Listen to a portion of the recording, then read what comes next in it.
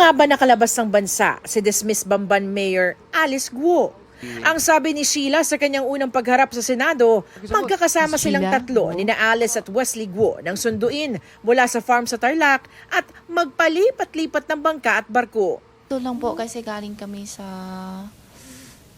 bahay. Tapos may sunto sa amin na isang sasakyan.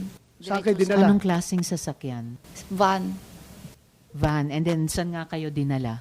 Hindi ko alam kung sa yung lugar. Siguro biyahe kami ng ilan oras. Ilan kayo ron sa van? 3 po. 3. Sino-sino? Kaming 3. Sino? Sinong tatlo? Si Alice tsaka si Wesley po. Sasakay po kami ng boat. Ha? Ano po? Sasakay kami ng boat sa dagat. Yung malaking barko? Fishing ship ata. Hindi ko alam kasi hindi So, ako malo. fishing ship, dahil may nakita kayong mga lambat at mga isda? Yung lake na panghuli na fish. Diretso na kay Malaysia. Diretso kay Malaysia? From Hindi po. Pilipinas? Saan? May palit. Ha? May palit yung mas malaki pa. May palit pa isang ulit. Pero hindi raw alam ni Sheila kung saan sila pupunta. Nung aalis na kayo nung gabi, alam mo kung saan kayo pupunta? Hindi po. Hindi ka nagtatanong?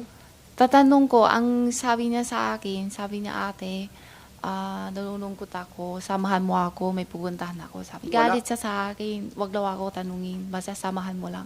Walang tatak palabas ng Pilipinas ang Philippine passport ni Sheila, kaya tingin ng mga senador at mga otoridad sa backdoor dumaan ang mga Guo. Nagkatatak na lang ang kanyang passport pagpasok sa Malaysia noong July 18 bago lumipad pa Singapore. Sabi ni Sheila, magkakasama silang tatlo hanggang makarating sa Batam, Indonesia. Nang nagtangka siyang bumalik sa Singapore noong August 20, doon na raw siya nahuli kasama si Cassandra Leong, ang kinatawa ng ni-raid na pogo sa Porac, Pampanga na Lucky South 99. Wala sa Senate hearing si Ong na nakadetene sa Kamara bunga ng inilabas na arrest order doon. Si Wesley, alam ko nauna siya sa amin sa Singapore. Si Cassandra Ong, kanina narinig ko nung tinanong ni Senator Risa, kailan nakilala mo lang siya sa Malaysia?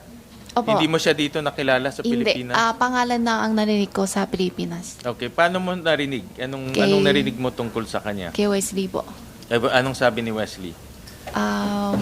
Mukhang girlfriend niya ata. Mukhang girlfriend? Mukhang girlfriend o girlfriend niya? Okay lang yun. Hindi naman illegal ang girlfriend.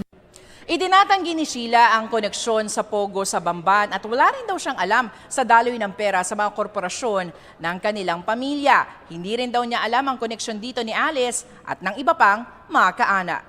May iba ring inamin si Sheila sa pagdinig. Hindi raw siya pinanganak sa Pilipinas at hindi raw niya tunay na kapatid si Alice. Si Guo Jiangjong, hindi niyo biological father. Hindi po yung tunay nanay. Hindi Tatay, mo tunay na Opo. tatay yun. Si Lin Wenyi, hindi mo rin tunay na nanay. Ay, hindi po. Okay. So si Alice, hindi mo siya tunay na kapatid. Hindi po. Bakit kayo pumunta dito sa Pilipinas? Sabi kasi ni Daddy, tulungan ko daw siya na business niya. So, hindi totoo na dito kayo pinanganak? Hindi po. Ako hindi. Okay. So, sabi nyo kanina, pagdating nyo dito 2001, galing kayong China. So, Opo. sa China din kayo ipinanganak? Ako po, opo. Kayo. Inilabas si Senadora Risa Ontiveros ang Philippine passport ni Sheila at Chinese passport nito na may pangalang Jiang Mier. Anya, irregular ito dahil walang dual citizenship sa China.